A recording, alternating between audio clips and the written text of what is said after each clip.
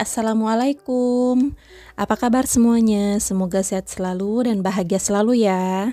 Terima kasih buat teman-teman yang udah mau klik dan nonton video aku. Dan buat teman-teman yang baru gabung di channel aku ucapkan selamat datang dan salam kenal. Alhamdulillah kembali lagi di YouTube channel aku Rila Migrawati, dan kali ini aku lagi share video tentang warung aku lagi ya teman-teman. Video ini aku ambil pada saat maghrib. Ini baru aja selesai sholat maghrib, tapi anak-anak selesai dari masjid itu langsung rame ya teman-teman di warung aku. Ya namanya anak-anak seperti ini. Yang penting mereka itu udah tahu waktunya sholat, waktunya mereka main, ya mereka main ngumpul-ngumpul kayak gini. Jadi alhamdulillah warung aku setiap malamnya itu ramai seperti ini ya teman-teman. Ya meskipun keuntungan yang dihasilkan sedikit, tapi kalau kita udah mendapatkan pelanggan yang banyak, keuntungan yang didapatkan pun bisa berkali lipat ya teman-teman. Perlu diketahui bahwa suatu warung sembako dapat dikatakan laris apabila memiliki banyak pembeli, sebab hal ini menunjukkan bahwa kalau warung tersebut itu menarik minat banyak orang. Ciri kedua, warung dapat dikatakan laris apabila semakin hari jumlah pembeli yang datang pun semakin meningkat ya teman-teman.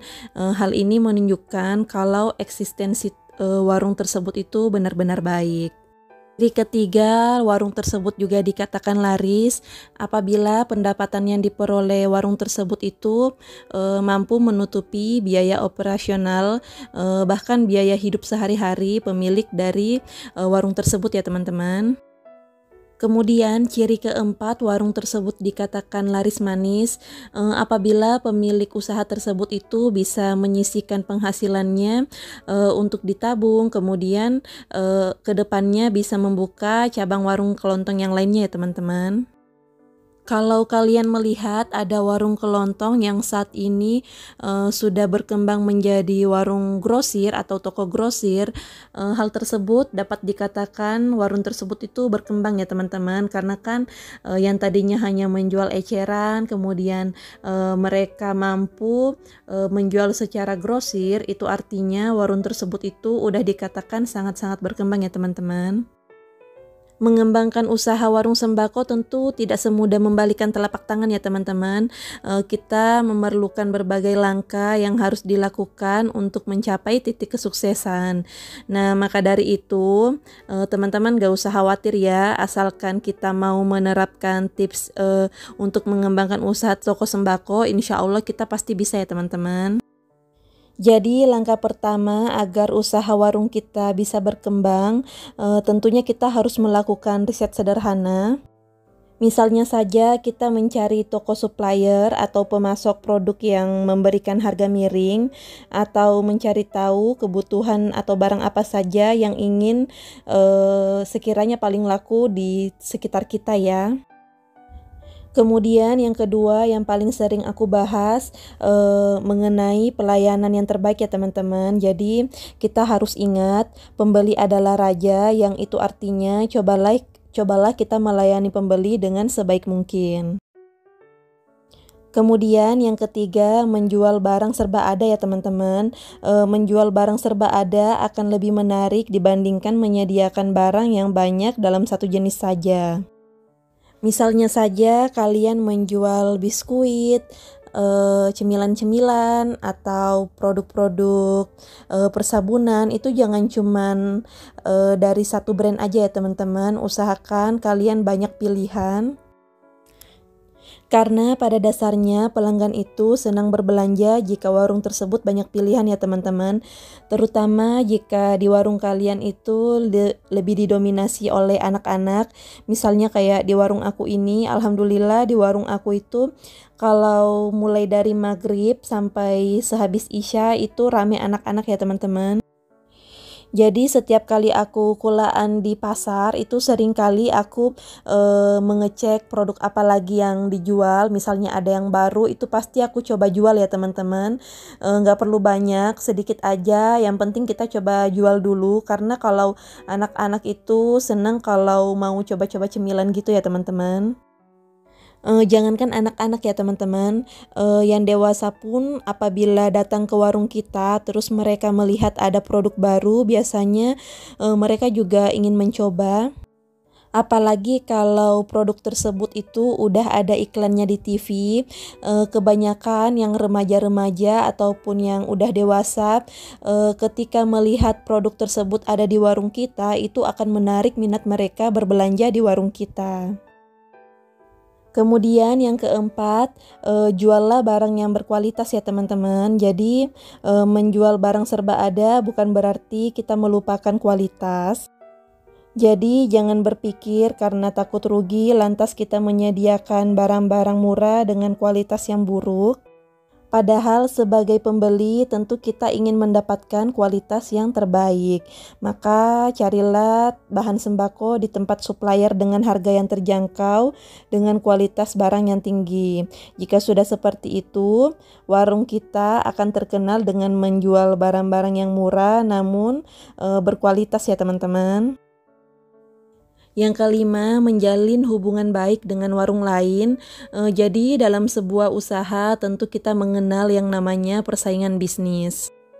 Ya, tapi ini bukan berarti teman-teman tidak menjalin hubungan baik dengan warung tersebut ya teman-teman. Jadi perlu teman-teman ingat, setiap orang itu memiliki rezekinya masing-masing. Di perumahan aku ini udah ada 3 warung dan warung aku ini berdiri yang kedua. Namun karena kita saling bertetangga, kita tetap menjaga hubungan baik ya teman-teman. Bahkan anak-anak dari pemilik warung tersebut yang dari tetangga aku itu juga hampir tiap hari berbelanja di warung aku ya teman-teman. Dia juga ada nongkrong di salah satu anak-anak yang lagi nongkrong di warung aku ini. Mereka 2 bersaudara dan adik kakak tiap hari datang belanja di warung aku ya teman-teman. Kemudian yang keenam, menyediakan layanan antar ya teman-teman. Jadi meski hanya warung sembako biasa, pembeli biasanya akan merasa senang jika barang yang dibeli bisa diantar ke rumahnya. Jadi seperti yang pernah aku cerita di video sebelumnya, kalau misalnya suami aku pulang kerja di malam hari, jika ada tetangga yang minta tolong ingin diantarkan, itu biasanya suami aku sukarela ya teman-teman mengantarkan produk yang mereka ingin beli. Tapi alhamdulillah tetangga aku itu bukan tipe tetangga yang suka merepotkan ya teman-teman. Jadi memang biasanya sih yang minta tolong diantarkan itu karena udah faktor usia ya teman-teman. Gak bisa angkat kalau yang berat-berat kayak gitu. Jadi ya asalkan tetangga aku itu mau diantarkannya malam, pasti diantarkan ya teman-teman. Kemudian yang ketujuh, konsisten dan disiplin. Namanya usaha tentu akan mengalami pasang surut ya teman-teman. Misalnya saja di bulan kedua atau ketiga pendapatan usaha warung kita menurun atau tidak sesuai dengan yang kita inginkan. Pada tahap inilah teman-teman ditantang untuk memperbaiki permasalahan dengan cara mencari tahu apa yang salah. Jika kita sudah mengetahuinya, tetaplah disiplin untuk tidak melakukan hal tidak baik tersebut di kemudian hari. Jadi dulu pada saat aku awal ngewarung, setahun pertama itu aku nggak pernah mengambil keuntungan warung ya teman-teman. Keuntungan yang aku peroleh itu aku putar kembali menjadi modal untuk mengembangkan usaha warung sembako aku ini. Alhamdulillah juga aku mempunyai suami yang juga bekerja ya teman-teman. Jadi jatah dari Pak suami itu alhamdulillah cukup untuk mencukupi kebutuhan sehari-hari. Dan dulu juga gaji dari Pak suami itu aku pakai teman-teman untuk menambah modal. Jadi alhamdulillah sedikit demi sedikit warung aku udah terlihat semakin lengkap. Jadi misalnya saja aku dikasih uang 3 juta, nah 2 jutanya itu aku pakai untuk mengembangkan usaha warung sembako aku ini dan 1 jutanya itu sebagai pegangan ya teman-teman. Uang yang seharusnya dipakai untuk bayar listrik, bayar air, belanja kebutuhan sehari-hari itu aku alokasikan ke warung ya teman-teman, aku putar menjadi modal. Tapi cara ini jangan kalian pakai kalau misalnya warung merupakan mata pencaharian utama kalian ya teman-teman. Jadi aku bisa seperti ini karena kebetulan juga Pak suami ada kerja ya. Dan alhamdulillah masuk di tahun kedua ini dari hasil ngewarung aku ini udah bisa mencukupi kebutuhan sehari-hari termasuk bayar listrik, bayar wifi dan lain-lain ya teman-teman. Jadi memang untuk di tahun-tahun pertama itu merupakan tahun-tahun awal aku merintis ya teman-teman. Gaji Pak suami semua, enggak semua sih, maksudnya kayak 80% aku alokasikan untuk warung. Tapi alhamdulillah masuk di tahun kedua ini kita udah bisa menikmati hasil dari jerih payah kita, dan semoga kedepannya warung aku ini bisa semakin berkembang ya teman-teman. Dan buat teman-teman juga yang ingin memulai usaha sembako atau usaha apapun itu, kunci utamanya itu kalian jangan gengsi ya teman-teman.